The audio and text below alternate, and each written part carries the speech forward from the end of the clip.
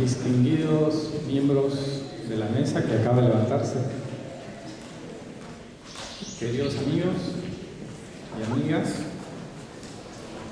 quiero agradecer también al Ministerio del Ambiente y a la Gerencia de Transporte Urbano a través del programa de Transporte no movilizado por haberme invitado a presentar una ponencia y desde luego también saludar a los auditorios virtuales que en directo nos están observando en esta cadena virtual que ha montado el Ministerio del Ambiente.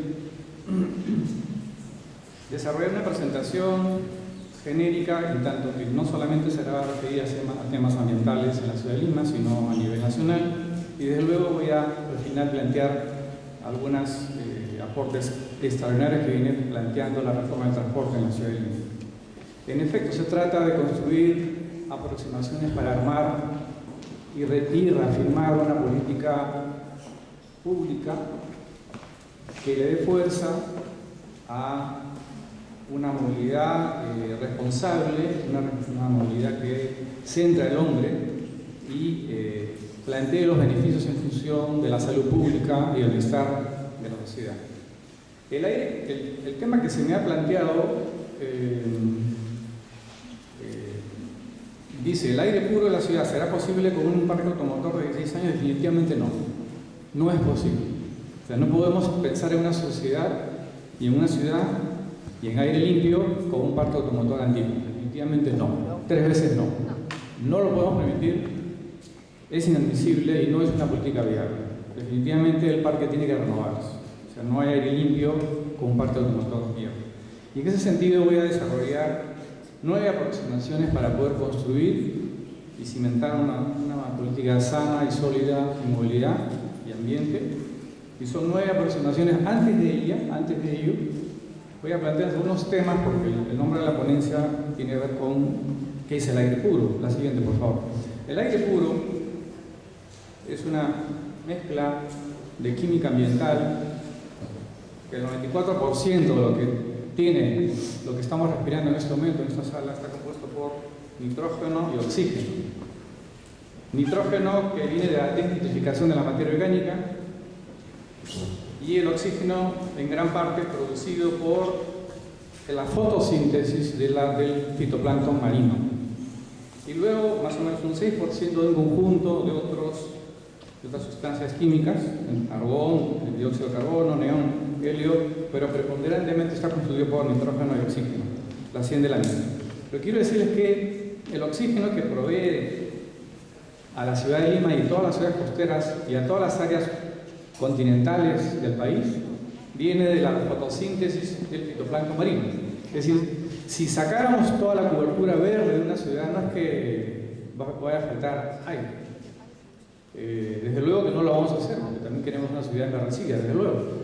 Pero el gran aportante de oxígeno de las ciudades y de las zonas continentales del mundo lo provee el fitoplancton marino. Sí es una amenaza a la contaminación del mar. En la medida que contaminemos el mar, vamos a lesionar la capacidad fotosintética que tiene el fitoplancton para generar oxígeno.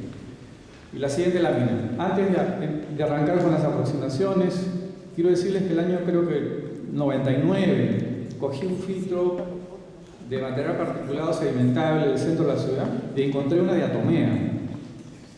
Este fue un filtro de material particulado en suspensión que estaba entre Tacna y Huancavelica, y con un microscopio electrónico pude identificar una diatomea, casi una diatomea en el centro de la ciudad. Es una diatomea que tiene más o menos 20 micras y definitivamente está ahí porque la fuerza de impacto que tiene el mar sobre la costra pulveriza, hace un aerosol y es desplazada por los vientos. Entonces, lo que podemos ver es que en la medida que sea la partícula muy pequeña, va a ser por los vientos desplazado enormemente. Esta partícula probablemente haya sido desplazada entre 7 y 9 kilómetros, que es lo que está en Sotavento, la zona costera de San Isidro y Miraflores. Pero quiero decirles que también la política de aire limpio, que es muy robusta en la ciudad de Santiago, se debió a que fueron rastreados contaminantes que estuvieron a 200 kilómetros al sur de la ciudad de Santiago. Y se pudo identificar de que estos contaminantes se trasladaban los 200 kilómetros y se depositaban en la ciudad de Santiago. Y justamente estos hallazgos permiten, y estudios de caracterización del material particulado permiten identificar el origen y enderezar políticas. La siguiente, solamente para ilustrar esto, el tamaño de un polen, individualmente identificado en angina de grado como la bancaria, es un polen de más o menos 40 microgramos. La siguiente me llamó la atención también una bacteria con, y esto ya me empezó a preocupar mucho, estamos hablando del año 90 y pico, 97, una partícula con incrustaciones de plomo. Gracias a Dios, la política de Estado, creo que en una gesta de 7 años, que lideró, recuerdo, el viceministro de Vivienda, y el año 2004 se pudo retirar el tetratilo de plomo de las gasolinas. O sea, ya no vamos a ver ese tipo de fenómenos gracias a esta política robusta que el Estado emprendió y que el 2004 culminó con la eliminación del plomo de las gasolinas. La siguiente, todo esto está tomado del aire. Son partículas tan pequeñas que pueden tener esa característica de estar en suspensión. Cuando nos levantamos en la mañana y levantamos, digamos, el polvo de la mesa, ¿correcto? Ese polvo es un polvo sedimentable. Eso simplemente es suciedad. La posibilidad que ese polvo genere una patología es muy baja, porque la capacidad respiratoria tiene una capacidad de poder filtrar. Estas partículas están en suspensión, pero por su diámetro no van a producir una patología específica. En la medida que la partícula sea más pequeña, y lo vamos a ver más adelante, sí podrá tener una capacidad de poder entrar al sistema sanguíneo. La siguiente.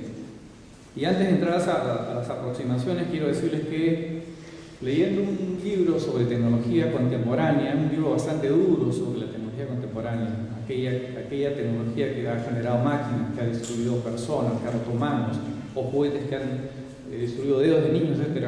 Ha habido una posición también muy crítica sobre lo que significa el vehículo en la sociedad. Es el fetichismo por las máquinas, es la idolatría que le tenemos a las máquinas. No todos, pues muchas personas cuidan más a su auto que a uno mismo.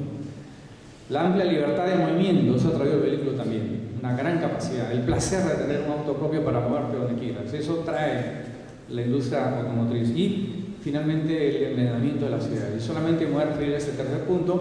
Ustedes podrán ver que es una visión ácida del vehículo, pero efectivamente no deja de ser cierto. La siguiente, ¿cómo se ha expresado esto históricamente? Diversas ciudades, diversos organismos ya desde hace creo que 15 años vienen soltando este tipo de conclusiones. Estados Unidos declara, claro, estamos refiriéndonos a años atrás, Estados Unidos declara que hay $200 millones en externalidades negativas en salud pública. Y finalmente voy a citar a la última cita, que es del Banco Mundial, también un poco antigua la cita, pero no creo que haya cambiado mucho.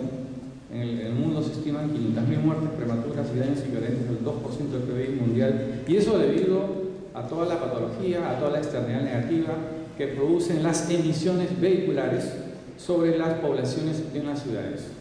Ustedes podrán ver que no se trata de un problema simple, sino un problema sumamente complejo que tiene que ver con la movilidad, con la manera como diseñamos la ciudad y con la salud pública.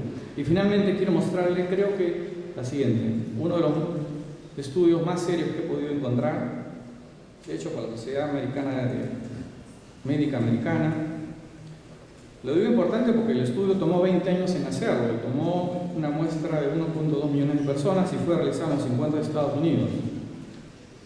Y demostró que cada incremento de 10 microgramos por metro cúbico de material particulado 2.5 está asociado a causas de muerte al 4 al 6%, del 8% de todas las causas de muerte o muertes cardiopulmonares y cáncer de pulmón respectivamente. Por lo tanto, en la medida que tengamos 10 microgramos de metro cúbico en el ambiente, ya estamos, digamos, incrementando los porcentajes de causalidad en la salud pública. Desde luego, en la ciudad de Lima y en muchas ciudades del país existen mucho más de 10 microgramos en el ambiente. La siguiente, entonces, ¿cómo evitar o eliminar las emisiones? Y a eso me voy con las siguientes aproximaciones. La primera aproximación. De la mano de una reforma del transporte también tiene que haber una reforma en la ciudad, porque está perfectamente demostrado que a mayor densidad de ciudad tenemos menor consumo energético en el transporte. La ciudad de Lima tiene aproximadamente entre 100 y 120 habitantes contaminantes por hectárea, con lo cual estaría más o menos consumiendo unos 10.000 megajoules de energía solamente en transporte, y con lo cual estamos viendo que en la medida que tengamos una ciudad de baja densidad, estamos estirando el transporte, y desde luego una ciudad que tiene baja densidad exige mayor energía para poder desplazar a las personas, y en la medida que compactemos a las ciudades vamos a tener menos consumo energético, y el consumo energético definitivamente está relacionado con las emisiones. Por lo tanto, una política pública también de movilidad está asociada con la reforma de la ciudad. Una segunda aproximación: debemos renovar la flota, no porque queremos tener autos nuevos, sino porque la industria automotriz desde hace décadas viene siendo muy responsable con el ambiente. O sea, cada vez producimos, o la industria automotriz cada vez produce autos con menos emisiones. Y es por eso que debemos permanentemente renovar el parque automotor, porque cada vez la tecnología automotriz es más responsable y cada vez suelta al mercado vehículos con menores emisiones.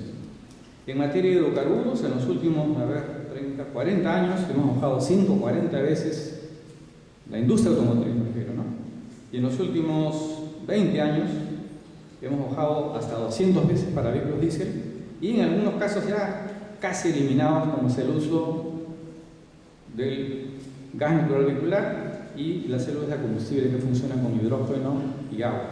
En esos casos ya se han vencido o eliminado totalmente el material particulado, pero luego los vehículos diésel aún tienen la carga pesada por el contenido de azufre y otros componentes que generan todavía material particulado. Y es por eso que queremos renovar la flota, porque cada vez la industria automotriz genera vehículos con menos emisiones. Una tercera aproximación es, en el momento de darle prioridad a una política pública, es importante saber cuántos gramos de contaminantes por pasajero transportado a kilómetro genera. He hecho un ejercicio en los días pasados y he comparado un taxi diésel de 20 años, un taxi diésel de 10 años, una Custer de 15 años, con el bus metropolitano y una bicicleta. Lo que se hace es que se estima la cantidad de emisiones que tiene un vehículo y se divide entre el número de pasajeros. Con eso podemos determinar cuántos gramos de contaminante emite cada pasajero que se transporta. Y sabemos que en la ciudad de Lima estamos hablando de más de 10 millones de viajes por persona. Entonces los volúmenes son muy altos. Es un taxi diésel de 20 años que genera por persona, asumiendo que el chofer está yendo como una persona más, estamos dividiendo todas las emisiones entre dos. Estamos pensando que, o deduciendo o estimando que cada pasajero en este caso está generando 2 gramos por kilómetro transportado. Y si lo comparamos con el bus metropolitano, estamos generando 0.05 gramos por pasajero transportado. Y con relación a los contaminantes que están ahí arriba, por si acaso, ese total de gramos se refiere a la sumatoria de monóxido de carbono, óxidos de nitrógeno, material particulado 2.5, óxidos de azufre y compuestos orgánicos volátiles. En el caso del bus metropolitano, ustedes comprenderán que no solamente se trata de un bus que genera bajas emisiones al emplear gas natural, sino es que se está dividiendo la cantidad de emisiones entre 160 pasajeros. Es por eso que cada pasajero que transporta un bus de ese tamaño está generando esa cantidad bajísima de contaminantes. Por lo tanto, claramente podemos definir que en la medida que tengamos una mejor tecnología, que tengamos una mayor capacidad de bus, vamos a tener menos gramos por contaminantes por pasajero transportado. Y desde luego, la reina en este caso, en esta movilidad, si comparamos con las emisiones de bicicleta, pues estamos hablando de una emisión de 0 gramos por pasajero kilómetro transportado, optando por la bicicleta. La siguiente es una lámina que probablemente ustedes ya la conocen. Para movilizar 100 personas, al lado izquierdo necesitamos esa cantidad de vehículos, al lado derecho para movilizar esas personas necesitamos solamente un bus patrón, como nos ha señalado la doctora María Jara, y para ir en bicicleta, pues ese número de bicicletas.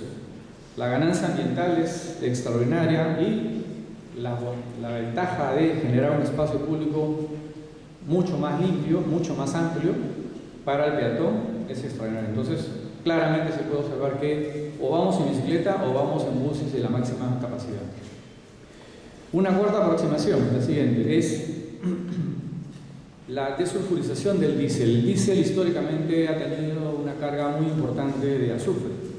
Y lo que genera el azufre en el diésel es que las emisiones tienen un alto contenido de materia particulada. Y el material particulado es el contaminante más serio que tiene la ciudad de Lima y probablemente en todas las ciudades más importantes que tiene el Perú.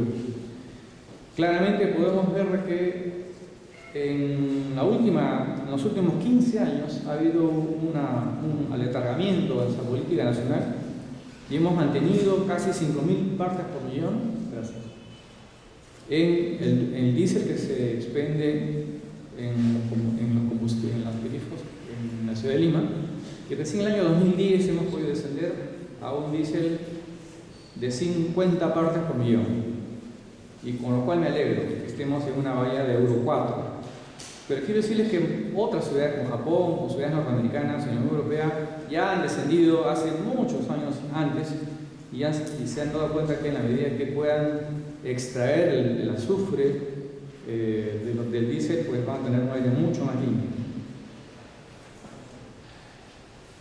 La aproximación quinta en la siguiente lámina. Claramente podemos observar una imagen de un glóbulo rojo con incrustaciones de material particulado de 1 micra. De ahí que sea muy importante cada vez poder identificar partículas cada vez más pequeñas.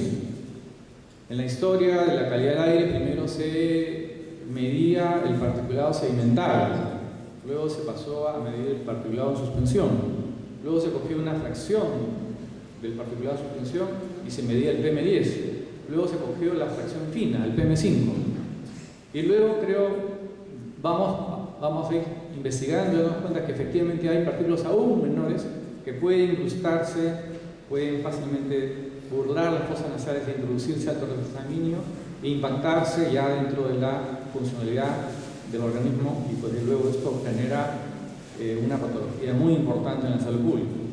Entonces esta aproximación quinta tiene que ver con enlazar la política de movilidad con la mejora en la salud pública. ¿Qué mejor manera de enlazar la salud pública con la política de movilidad? Reducir las emisiones vehiculares en la medida de lo posible. La siguiente lámina, una lámina en la cual ustedes me verán unos 15 años atrás, pero en esa época cogí un filtro también de material particulado y lo llevé a un laboratorio prestigioso de Finlandia y pude identificar un conjunto de contaminantes y de sustancias que definitivamente no están en la mina natural. Solamente las últimas, que son el calcio, el fierro, el magnesio y el sodio, vienen de la graduación eólica, es decir, aquella que es levantada por los vientos y depositada en el aire de la ciudad de Lima. Pero el resto son compuestos que tienen que ver con aditivos, combustibles, sustancias que usan los motores de combustión. Entonces, la gran parte de partículas que están presentes en la ciudad de Lima vienen lamentablemente de las emisiones vehiculares. La aproximación 6, que es la siguiente lámina, que es monitorear el aire, modelar y pronosticar su dispersión y concentración, generar data de calidad de aire para el armado de políticas públicas en materia de movilidad y ambiente. Esto es muy, muy importante. Sería, creo, muy extenso hablar sobre estudios que ha hecho el Comité de Aire Limpio de Lima Callao, el estudio de saturación que ha hecho el IGESA, pero claramente podemos ver en esta presentación que he cogido del IGESA, cuando comparó los estudios de saturación del año 2000 con el año 2001, que prácticamente en todas las limas vemos una mejora, leve pero mejora, comparando tanto las temporadas de invierno con verano, porque las mediciones se realizaron en verano y en invierno. Me llama la atención solamente en el Callao, eso no se está dando. En el Callao hay un incremento de emisiones si comparamos el 2000 con 2011. Probablemente se trata de una densificación del parque automotor o de la fuga de un parque automotor viejo hacia la provincia de Callao. No lo sé en realidad. Pero en general sí podemos decir de que en los últimos 10 años hay una mejora, no la ideal, pero sí se nota una mejora de la calidad de aire, y eso se debe a que se haya incorporado el GLP como combustible en gran parte de la flota de taxis, por ejemplo, que es un combustible mucho más limpio y particulado. Se haya incorporado el GNV, el gas natural vehicular. Hay una política también de renovación del parque automotor público y también, desde luego, una tal vez ya desmedida promoción de la expansión del transporte privado, ¿no? Pero estamos renovando igualmente el parque automotor privado. Lo que nos llama la atención en este caso no es las emisiones del parque automotor renovado privado, sino la dimensión del parque privado que está ya sobrepasando el 1.000.000 de carros en la ciudad de Lima. La siguiente lámina, también de la presentación de IGESA, cojo la lámina más crítica, que es el contaminante más crítico que a la fecha tiene la ciudad de Lima, que es la presencia del material particulado 2.5, donde claramente, tanto en verano como en invierno, mejor estamos en invierno, quizá por lo que la partícula con la humedad tienda a concentrarse y a precipitarse, a diferencia de verano, porque en verano ustedes podrán ver que las concentraciones son mayores, pero claramente se ve que el norte de la ciudad tiene mayores concentraciones y elevadas concentraciones, a tal punto de que podemos decir que es un aire malo. Y no es que el norte sea el gran generador, seguramente es el centro el que genera, pero por la acción del viento haya una deposición de estos contaminantes generados en el centro y desplazados hacia el norte. Pues tenemos un pico muy importante de contaminantes en el norte de la ciudad, probablemente entre Comas y Los Olivos sean los puntos más contaminados, y en el sur también, la zona de San Juan de Miraflores, y en el caso de invierno igual, es el norte y una zona en relación a Chosica. No tengo una explicación certera de por qué hay esa concentración alta en Chosica, probablemente se deba al tráfico y a las velocidades de circulación que tiene Chosica en la carretera central. La siguiente lámina. Y decía que era muy importante conocer el tamaño de las partículas, porque de esa manera vamos a identificar cuál es la causa y quién nos está generando, qué proceso. Esta tabla, que la he cogido del Servicio de Meteorología de Suecia, claramente pone en alerta que hay que tener en cuenta mucho con las concentraciones de material particulado de una micra de diámetro, porque muchas de estas partículas son generadas por los motores de combustión. Por lo tanto, la información de especiación siempre va a ser muy útil para poder construir una política sólida de calidad de aire. Los únicos monitores de PM1 que tiene la ciudad de Lima están en la red de calidad de aire por transporte. Y aún no existe un ECA, un estándar de calidad ambiental para PM1. Seguramente en los próximos años tengamos un estándar de calidad ambiental para PM1. Actualmente tenemos el estándar de PM2.5, que es de 50 microgramas por metro cúbico como con máxima concentración para 24 horas, y que les anuncio que el 1 de enero del 2014 esa concentración baja a 25 microgramas como estándar de calidad ambiental a nivel nacional. La siguiente es una gráfica de ProTransporte, donde nos indica las concentraciones de PM1. Más o menos estamos hablando de que estamos llegando a concentraciones de 25 microgramos por metro cúbico, con lo cual podemos inferir que la mitad del 2.5 es un PM1. Claramente se puede observar en esta gráfica. Por lo tanto, nos interesa monitorear PM1.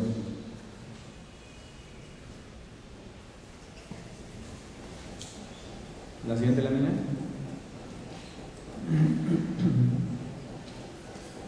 La siguiente.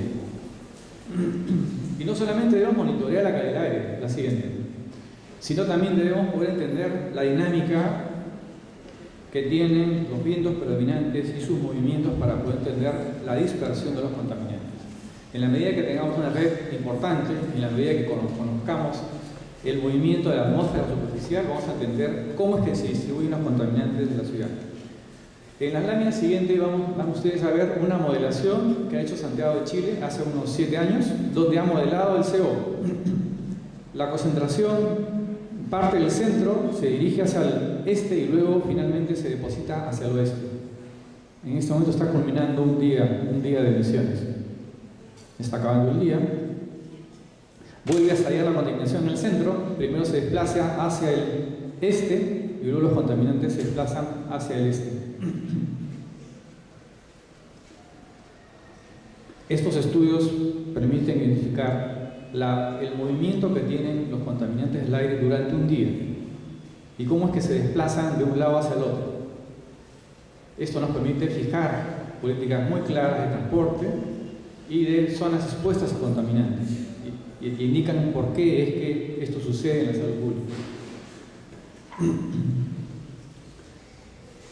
A continuación ustedes van a ver también un video del año 2005 sobre el PM2.5 en la ciudad de Lima. Es un fenómeno bastante parecido, solamente que estalla la contaminación en el centro de la ciudad, en la mañana, en el pico de la mañana, se va hacia el norte, ¿ve? La deposición de contaminación en el norte, y luego a mediodía, como hay un viento que viene del valle, hacia abajo, hacia el mar. Luego hay un pico en la tarde, que es el pico de tráfico en la tarde, en el centro de la población, se expande hacia el norte los contaminantes, ¿no? Y luego en la noche descienden hacia el mar.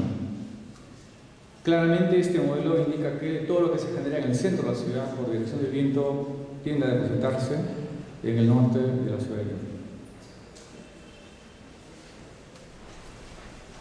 Pasemos a la aproximación sexta. ¿Por qué es que debemos de propender al incremento de las velocidades?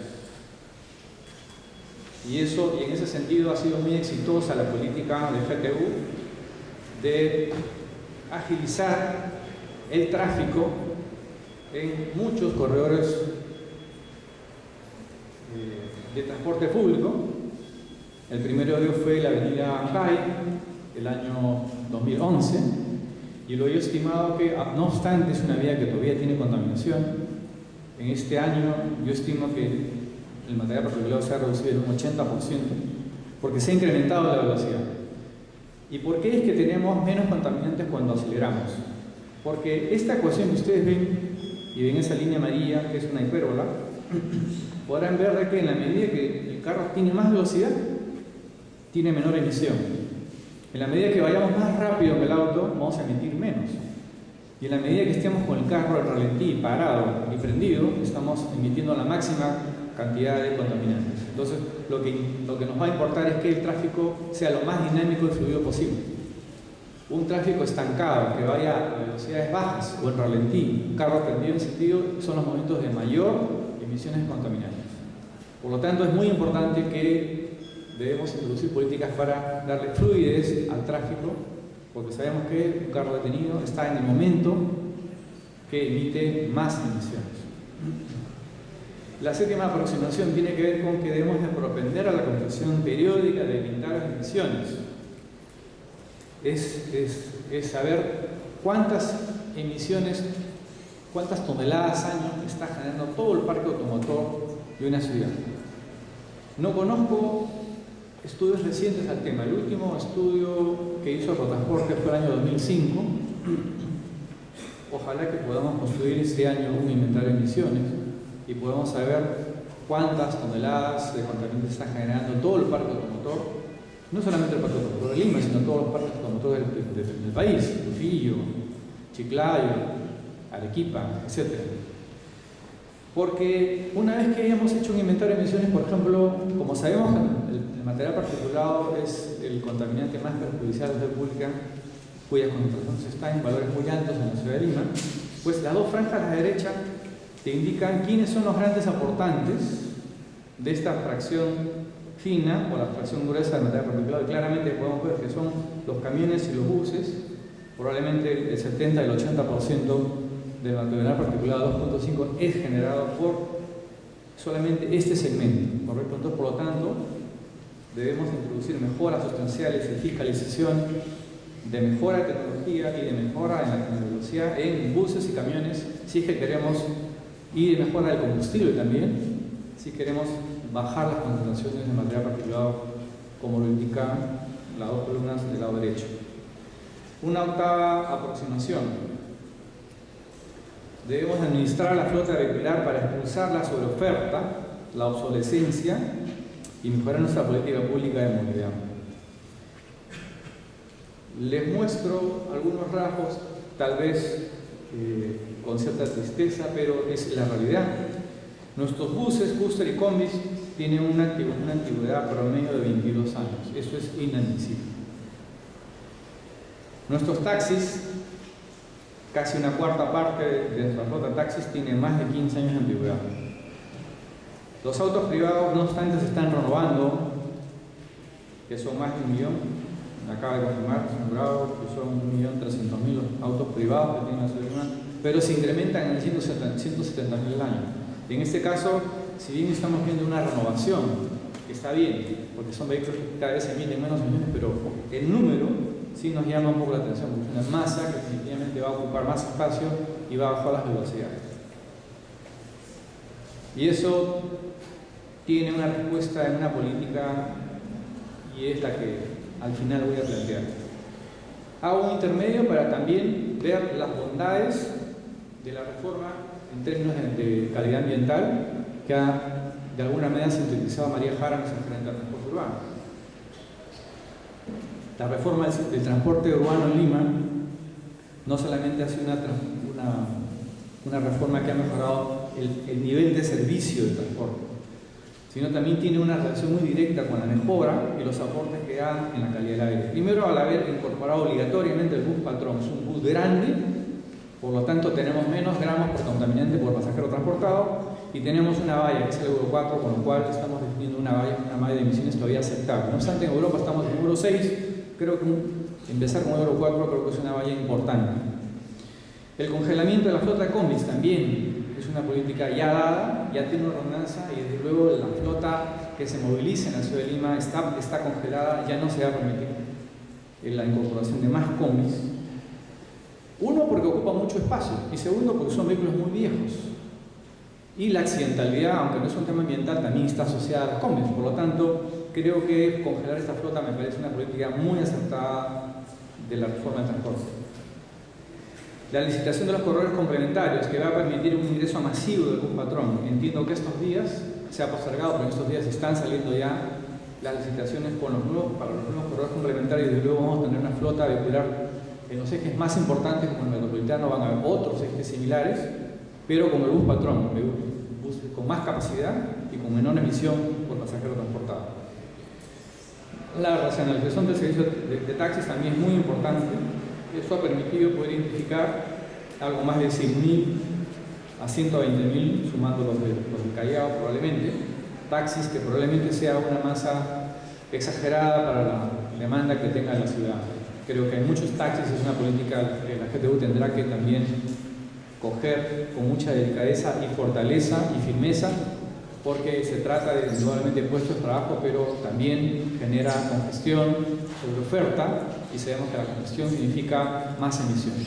La congestión significa reducir las velocidades del tráfico, y eso significa mayor generación de contaminantes a la atmósfera.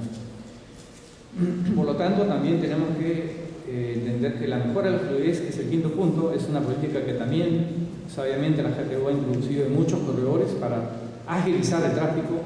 El impedimento, por ejemplo, el bloqueo a la izquierda, la segregación para los autos privados, y una serie de medidas que tienen que ver con la fiscalización y con la gerencia del tráfico ha permitido que haya una mayor fluidez y, por lo tanto, una reducción de emisiones. La creación del bono de chatarreo también es una política ya establecida y tiene una ordenanza. Ustedes ven en las imágenes abajo el proceso de chatarreo de una combi, que finalmente termina en un cubo, y finalmente ese material es reciclado en la industria siderúrgica. A la fecha, la Municipalidad de Lima, a través de este programa, ha chatarrizado ya 1.160 unidades, y eso le ha permitido a la Gerencia de Transporte Urbano recibir un premio de este reconocimiento de políticas públicas, que es Ciudadano al Día, CAC, justamente por haber eliminado flotas vehiculares obsoletas.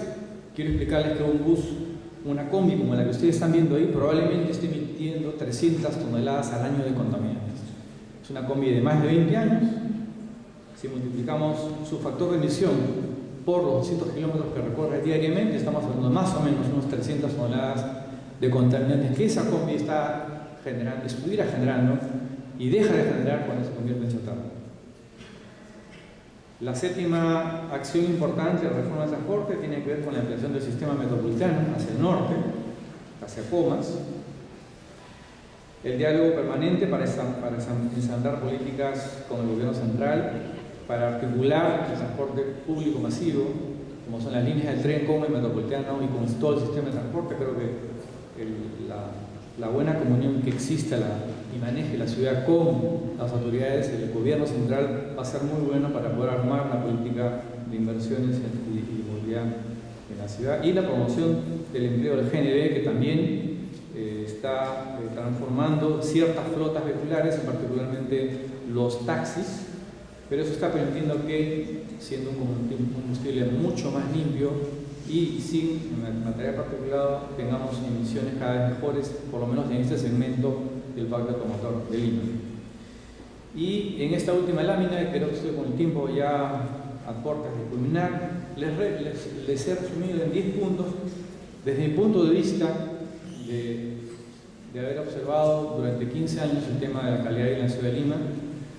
Creo que debemos siempre, cuando fijemos una política de limpieza del aire y movilidad, debemos de apuntar hacia una movilidad con menos contaminantes emitidos por pasajeros kilómetros transportados. Eso definitivamente nos dice que debemos optar por vehículos con la máxima capacidad y con la menor cantidad de emisiones, para poder demostrar que cada pasajero que se transporta tiene una menor cantidad de emisiones, y desde luego de cajón entra pues el uso de la bicicleta, definitivamente, que es, como lo he indicado, es el modo de moverse de la manera más limpia posible. Implantar sistemas de transporte masivo tiene que ver con el tema anterior. Menos autos privados en hora pico, lo planteo acá también con un reto, porque efectivamente estamos empezando a tener ya demasiados autos privados. Está bien, nuestra economía está mejorando y cada uno tiene ya una capacidad más cercana al bolsillo para poder comprarse un auto nuevo. Pero lo que tenemos es que tenemos una ciudad que cada vez se incrementa en 170.000 vehículos al año. Entonces, está bien que todo el mundo tenga una mejora económica y una posibilidad de comprarse un auto, pero también tenemos que ver una política para que ese auge económico y ese incremento de la flota privada no genere congestión y más emisiones. Por eso creo que en este caso es una política que tal vez deba implementarse en los próximos meses, para que podamos restringir la circulación de los vehículos de transporte privado, como lo ha hecho por ejemplo Bogotá con el pico y placa, que en diversas horas pico una fracción del transporte público está impedido de circular. Con eso, por ejemplo, podríamos tener en hora pico la mitad de los vehículos de transporte privado en circulación, y eso definitivamente despejará las vías y aliviará y descongestionará el tránsito. Chatarrizar y renovar el parque automotor. Esto lo debemos de acelerar al máximo. Seguir reduciendo el azufre del diésel. Aún tenemos 50 partes por millón. Ojalá que a corto plazo tengamos 15 partes por millón, para que podamos seguir bajando las emisiones de material particulado que provienen del diésel. Pronosticar y modelar las concentraciones contaminantes del aire y monitorear la salud pública. Actualizar periódicamente un inventario de emisiones. Es muy importante no dejar de monitorear el aire, no dejar de hacer inventarios de emisiones y actualizarlos permanentemente. Eso nos va a permitir tener una política clara y focalizada sobre qué segmento es el que más contamina, para poder ajustar una política pública de movilidad. Noveno, plasmar un gran pacto por la movilidad, porque no solamente están las autoridades, no solamente están los directivos, no solamente está la industria automovilística, está toda la sociedad, toda la ciudadanía, todos ustedes. Creo que un pacto por la movilidad se está gestando en la ciudad de Lima, y eso nos va a comprometer a toda la sociedad para que podamos aportar hacia una limpieza del aire y desde luego una mejora de la movilidad en la ciudad. Otras ciudades lo han hecho con mucho éxito, y estos pactos han permitido al unísono toda la sociedad civil, toda la sociedad de Estado, tener una sola política de movilidad, porque es una manera de tener una sostenibilidad, de una limpieza del aire y una política a favor de la movilidad pública, y que también tiene que ver, como lo que se ha dicho acá, es una política que tenga que ver con la dignidad y la dignificación del peatón, la recuperación de sus espacios públicos, la limpieza de los espacios públicos para que nosotros podamos desplazarnos por ambientes libres de automóviles y con menos contaminantes. Eso tiene que ver con un pacto por la movilidad. Y finalmente, atender al trabajo interdisciplinario y hacer una causa común con planes de saneamiento atmosférico de la ciudad. El primer plan de saneamiento atmosférico de la ciudad de Lima se generó el año 2002 o 2003. Un excelente plan, creo que se lo ha aplicado muy poco. Y ahora tenemos vigente el Plan Integral de Saneamiento Atmosférico 2, y que creo que debemos tomar nota de ello y sumarnos a un conjunto de medidas que ya están establecidas, y por lo tanto debemos de seguir todo lo que nos indica como medidas para mejorar la calidad del aire, y es muy importante siempre mantener ese enfoque interdisciplinario para contribuir de manera conjunta los planes, la sociedad civil organizada en la mejora de la limpieza del aire. Eso es todo, mi tiempo cumplido. Muchísimas gracias.